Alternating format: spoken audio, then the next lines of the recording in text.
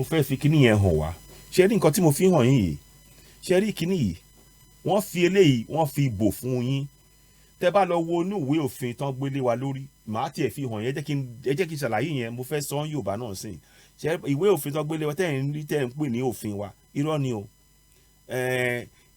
ìwé tó wà lẹ́yìn òfin gangan tí àwọn gbé lọ́wọ́ tí wọ́n fi bò eléyìí náà fi bò fún wa tí pé wọn ò fẹ́ kárí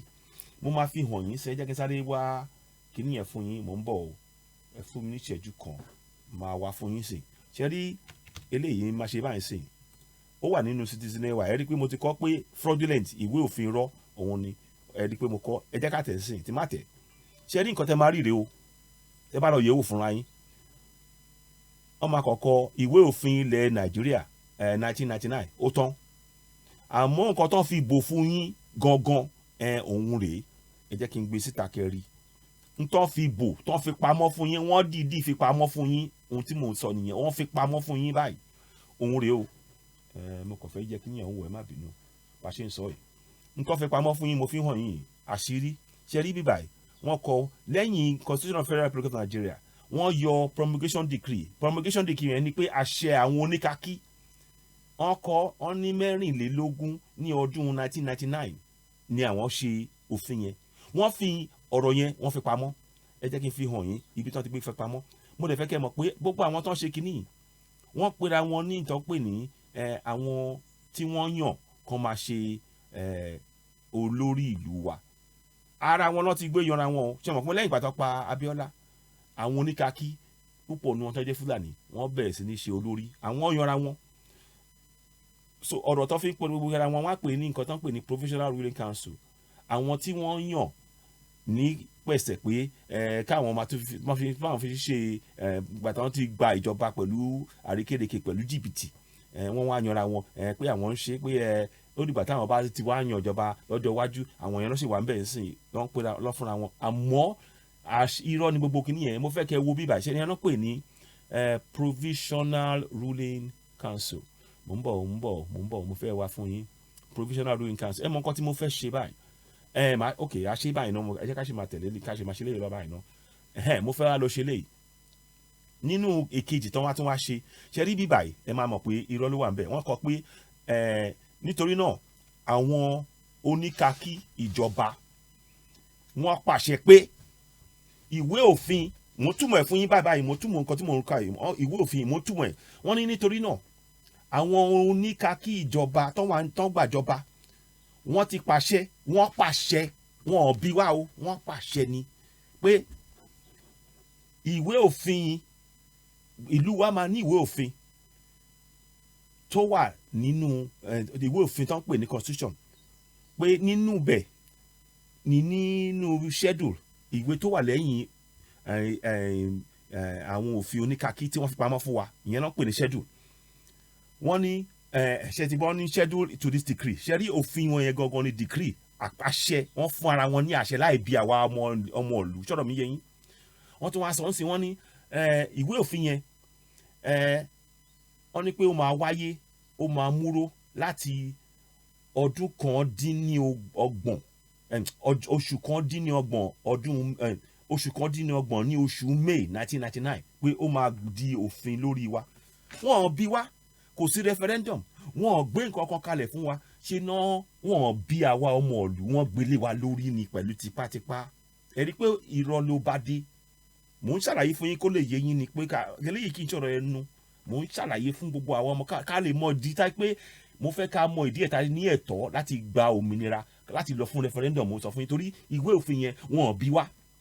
àwọn oníkakí náà gbélé wa lórí wọ́n pàṣẹ wọ́n gbé àṣẹ fúnra wọn mo dẹ̀ fẹ́ mọ eléyìí máa tún mọ bí ìfọn yẹn ó ṣe pàtàkì ẹni tẹ́ bá ń gbọ́ kí ni yẹn fi tó àwọn èèyàn wa létí wọ́n kọ sí bíbá wọ́n ní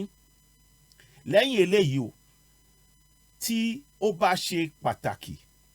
láti tẹ ìwé òfin yẹn síta àwọn fún ara wọn ní àṣẹ tẹ́ ń gbọ́ o àwọn fún ara wọn ní àṣẹ láti yọ ọ̀rọ̀ tí mo fi hàn yín bẹ̀rẹ̀ yẹn wọ́n fúnra wọn ní àṣẹ láti yọ pé àṣẹ táwọn gbélé ara wọn lọ́wọ́ pé kán yọ ọ́ nù ìwé òfin yẹn kí dẹ̀ ní àṣẹ yẹn ni promulgation decree number 24 of 99 wọ́n fún ara wọn wọ́n bí wá o sọ̀rọ̀ mi wọ́n bí wá rárá nǹkan tí mò ń sọ wọ́n bí wá rárá wọ́n pàṣẹ lé wa lórí láì ẹ dẹ̀ mọ̀ pé àṣẹ ọwọ́ àwọn ọmọ ìlú làṣẹ wà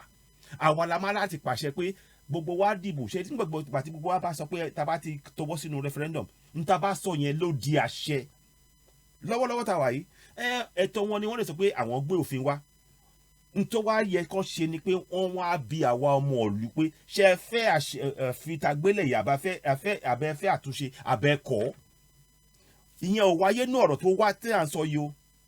kò wáyé rárá ẹ jẹ́ kó yé wa kò wáyé rárá èmi Ayọ̀gúndìmú ló ń sọ ilé yìí fún yín citizen wide òótọ́ ọ̀rọ̀ ọbẹ̀ kò sí ẹni tó lè jiyàn kínní kódà ẹ lọ gbé gbogbo àwọn adájọ́ àwọn agbẹjọ́rò kẹ́ gbé wọn wá kájókòó ká sọ wọn ò lè rí nǹkan kan jiyàn lórí tí mo sọ fún yín èmi sọ kínní mo fọwọ́ sọ̀yà sọ kínní pé bó ṣe rí gangan ni mo ṣàlàyé fún yín wọn ò gba àṣẹ lọ́wọ́ wa wọn ò béèrè ṣe rí àwọn tó bá wà ń jọba àwa ọmọ ìlú la máa fún wọn ní àṣẹ tá a dẹ̀ máa fún wọn ní pé ẹ ti gbé ìwé òfin yìí wá o ẹ jẹ́ káwọn yẹ̀ wò ṣó sunwọ̀n tá a bá sọ pé lórí referendum àṣẹ yẹn sunwọ̀n o àgbà wọlé ìgbà yẹn ní àwa láṣẹṣẹ fi àṣẹ sí àmọ́ àwọn òbí wọ́ ṣe làwọn gbé tipátipá wọn gbélé wa lórí wọ́n gbàṣẹ lọ́wọ́ tiwa wọ́n wá sọ di tiwọn sọ̀rọ̀ mi yẹn yín wọ́n ti rẹ́ wa jẹ pátápátá òun ni àlàyé tí mò ń ṣe fún yín sìn so mo fẹ́ fi ibẹ̀ yẹn tún fi hàn wá lẹ́ẹ̀kan sí kó lè yé wa wọ́n sọ wọ́n ní àwọn fún àwọn tó máa tẹ ìwé yẹn síta ní agbára láti yọ ọ̀rọ̀ tí mo sọ yìí ẹ má gbàgbé o ọ̀rọ̀ tí mo fi hàn yín ṣẹlẹ̀ promulgation decree number 24/99 wọ́n yọ kúrò kí ni ẹ̀dẹ̀ àpẹẹrẹ ẹ jẹ́ ká lọ wò kí lè rán wa létí wọ́n yọ kúrò tẹ̀rí náà tẹ bá rí ìwé òfin yẹn n tó wà ń bẹ̀ ń sìn ní rè so wọ́n tún wá sọ kínní kan mo dẹ̀ fẹ́ ṣàlàyé ibẹ̀ yẹn kó yé wa yékéyéké báyìí tí wọ́n tún wá ṣe wọ́n ní pé lẹ́yìn ìgbà táwọn bá yọ ọ̀rọ̀ yẹn kúrò mo fẹ́ kà á bẹ̀ yẹn fún yín kó yé yín wọ́n ní to omit so it shall be lawful for the government of the federal government to omit all parts of this decree ṣe rí pé ọgbọ́n wọ́n tún ṣe ń bẹ̀ ṣe rí bẹ̀ wọ́n kọ pé federal government ẹ wò kí n bí báyìí wọ́n sọ federal military government ṣe rí pé wọ́n yíwèé wọ́n mọ̀ pé táwọn bá fi military sáàrin ibẹ̀ yẹn àwọn yẹn àti mọ̀ wọ́n fi kíní ìpamọ́ fún yín sẹ́ ẹ̀ tán ṣe rí pé wọ́n pera wọn ní federal military government níbí báyìí nísàlẹ̀ wọ́n ní federal government wọ́n yọ military kúrò ńbẹ̀ kí ni díẹ̀ wọ́n fẹ́ ká gbà pé ìwé òfin tá a kọ nìyẹn pé a ti gbà sọ̀rọ̀ mi yẹn yín nítorí kó ṣẹlẹ̀ ní pé ọkọ̀ kọ sáà bí síbà pé lẹ́yìn ìgbà tá a bá ti sọ pé a ti gba òfin yẹn wọlé lórí referendum wọ́n á yẹ kọ́kọ́ síbẹ̀ pé nítorí náà àwọn aráàlú ti sọ̀rọ̀ lórí referendum wọ́n ti sọ pé àwọn gba òfin yẹn wọlé o a ṣẹ̀ṣẹ̀ gbé àṣẹ lórí òfin yẹn ni sọ̀rọ̀ mi yẹn yín àmọ́ bó ṣe ṣe yìí àwọn òfin àṣẹ sí rárá sọ̀rọ̀ mi yẹn yín ọ̀rọ̀ yìí ṣe pàtàkì o bẹ́ẹ̀ bá ṣe ń gbọ́ ètò yìí ẹ fi tó àwọn ọmọ káàárọ̀ òjìrè létí jákèjádò ilẹ̀ káàárọ̀ òjìrè àti gbogbo àgbáyé pátápátá láì fi ẹnì kankan sílẹ̀ torí náà ẹ rí i pé ó ṣe pàtàkì ká sowọ́pọ̀ ká gba òmìnira yìí torí àṣírí tí wọ́n fi bò là ń tú síta yìí ẹ bá máa pín ètò yìí bá bá ṣe ń rí ẹ ṣeun ẹ jẹ́ kí n tún fi bẹ̀yẹn hàn yín lẹ́ẹ̀kan sí wọ́n wá sọ pé àwọn ní lẹ́yìn yẹn òfin yẹn bọ́ àwọn ṣe tẹ̀ sílẹ̀ yẹn á ní agbára òfin bí ìgbà tí ẹ pé wọ́n yọ ọ̀rọ̀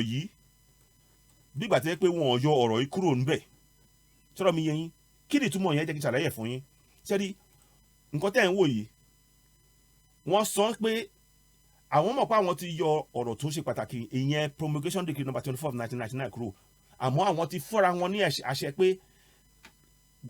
pẹ̀lú bá àwọn ṣe yọ yẹn òfin yẹn sì ní agbára ẹ ti mọ̀ pé wọ́n pa irọ́ fún wa wọ́n yọ kúrò láti fi bò wá lójú ká máa mọ ohun tó ń lọ ní tọ́rọ̀ mi yẹn yín ẹ má gbàgbé o àwọ̀ ò fi àṣẹ sí kí ló ń pè láṣẹ àṣẹ yẹn ní referendum tó yẹ kó wáyé kò dẹ̀ wáyé rárá ni o. Gbogbo ọmọ káàró oòjíire ṣe ń gbọ́ mi. Ara ta ṣe fẹ́ gbé ìgbésẹ̀ pé ká máa ara ta ṣe ń gbé ìgbésẹ̀ tí ká fẹ́ àti ń gbé ìgbésẹ̀ a dẹ̀ máa lọ. Torí òfin yẹn irọ́ ló bá dé láti òkè délẹ̀. Ẹ̀yin náà mo ti rí pé mo ti ń já òfin yẹn ní kọ̀ọ̀kan báyìí. Yéké mo ń já báyìí mo ń túpalẹ̀ fún gbogbo wa kó lè yé wa. Ẹ fi ètò ìtó àwọn èèyàn wa létí ẹ jọ̀ọ́. Ẹ jẹ́ kí n tún tẹ̀síwájú díẹ̀. Mo wá fẹ́ fi ọ̀rọ̀ má tún fi ọ̀rọ̀ yẹn tí wọ́n fi hàn wá náà ní kó lè yé wa. Ṣé rí kẹta yẹn wọ́n wá kọ́ ń sìn ibà yẹn lẹ́ẹ̀ máa ti mọ̀ pé irọ́ ni kìíní. Wọ́n wá kọ́ ń sìn pé òfin àwọn oníkakí tó ń pè ní dìkírì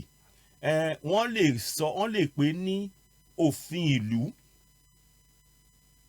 Wọ́n wá dárúkọ lábẹ́ wọ́n wá dárúkọ promulgation decree 1999. Ṣé mọ̀ pé níbà wọ́n yọ kúrò. Ṣé mọ̀ pé nínú ìwé tí gbogbo wa wọ́n yọ kúrò. Àmọ́ ẹ wá wo àrékérekè àti jìbìtì wọ́n fi síbẹ̀. Torí náà gbogbo wa àwọn máa rò pé ìwé òfin la gbé dání. Àmọ́ àwọn ló ń gbé òfin lé wa lórí wọ́n dẹ̀ lè yí ìwé òfin yẹn bó ṣe wù wọ́n kò dẹ̀ sí ní ta lè ṣe sí. Torí àlọ́wọ́ sí àdẹ̀ fi àṣẹ sí. Ẹ̀yin ọmọ káàró oòjíire ọ̀rọ̀ yìí ṣe pàtàkì o. Tó bá yẹ pé tó bá ṣe máa pín bíbáyìí máa pín bíbáyìí máa gbé jáde mo dẹ̀ máa tún àpín kó lè lọ kárí torí ó ṣe pàtàkì ọ̀rọ̀ tí mo gbé kalẹ̀ yìí. Èmi ń sọ fún gbogbo ọmọ káàró oòjíire ṣe pé ìwé òfin tó gbélé wa lórí jìbìtì ni o. Kò sí àṣẹ àwa ọmọ ìlú lórí òfin tí wọ́n gbélé yẹn. Àṣẹ ni pé àwọn tó wà níjọba wọn á gbé wá síwájú àwọn ọmọ ilẹ̀ amúnisìn yẹn. A gbìmọ̀ pé a fẹ́ gbé òfin yìí kó di òfin ìlú o kí lẹ rí sí. Ṣé fọwọ́ sí àbẹ́ ẹ̀ fọwọ́ sí ìyẹn náà ń pè ní referendum. Di bá ṣe ń sọ̀rọ̀ báyìí kò sí tó wáyé bẹ́ẹ̀ yẹn lórí constitution of Federal Republic of Nigeria 1999. Wọ́n bí wa o wọ́n gbélé wa lórí tipátipá ni àwọn oníkàkí. Ibi tọ́rọ̀ yẹn wà nìyẹn. Torí náà mo fẹ́ kẹ́ mọ̀ pé a ní ẹ̀tọ́ pátápátá láti gba òmìnira yìí. Mo fẹ́ kẹ́ a máa rí ojú olóyè lẹ́yìn àti àwọn tó kù bá ṣe ń sọ̀rọ̀ yìí. So mo súnra mi díẹ̀ kó lè. So ó ṣe pàtàkì kí ọ̀rọ̀ yìí kẹ́ fi tó gbogbo ọmọ káàró oòjíire létí pátápátá jákèjádò lẹ káàró oòjíire àti gbogbo àgbáyé ibikíbi tí gbogbo ọmọ Yorùbá bá wà ọmọ káàró oòjíire bá wà. Ẹ jẹ́ kí wọ́n rí pé ẹ jẹ́ ṣètò yẹn ẹbí aráalé aráàta o gbogbo ẹbí ni gbogbo àwọn ọmọ káàró oòjíire ẹ jẹ́ kí ó tó wọn létí. Torí tó bá tó wọn létí wọ́n á mọ̀ pé àwọn ní ẹ̀tọ́ láti gbé ìgbésẹ̀ tá à ń sọ yìí. Ẹ̀tọ́ yín ni. Ìwé òfin tó gbélé orí yín kò sí àṣẹ yín lórí ẹ̀. Kò sí àṣẹ àwa ọmọ káàró oòjíire níbẹ̀ pé wọ́n lè gbẹ́sẹ̀ òfin yìí lé wa lórí torí àfàṣẹ sí. Àṣẹ jẹ́ ni pé ibi tí àwa máa ti dìbò afẹ́ àbẹ́fẹ́ àbáfẹ́ òun ni àṣẹ. Kò dẹ̀ sí àṣẹ yẹn lórí 1999 constitution kò sí àṣẹ ń bẹ̀. Àwọ̀ ò fàṣẹ sí torí kò sí referendum. Ìyẹn ni mo ní kí n sọ lálẹ́ yìí. Màá dá dúró báyìí ná lọ́sàn-án yìí. Màá dá dúró báyìí. Ẹ bá máa pé ètò yìí bẹ́ẹ̀ bá ṣe ń rí. Mo dẹ̀ fẹ́ kó tó gbogbo àwọn ọmọ káàró oòjíire létí. Ọ̀rọ̀ yìí ṣe pàtàkì gan-an. Kódà máa wá bó ṣe máa ṣe máa pín sí ìwà tí ó kàn máa jáde fúnra ẹ̀ nìkan. Torí ọ̀rọ̀ yẹn ó ṣe pàtàkì ká lè mọ̀ pé a ní ẹ̀tọ́ láti gbé ìgbésẹ̀ yẹn láti gba òmìnira wa. Ẹ ṣeun àríjù báyìí lọ Citizen Network ló ń kí yín láti rí Oduduwa TV Radio. Ó dìgbà kan náà ẹ jọ̀ọ́ ẹ bá máa pé ètò ìbẹ́ bá ṣe ń rí. Ó dìgbà kan ẹ ṣeun ó dìgbà kan mo dúpẹ́ gan-an ni. Bye.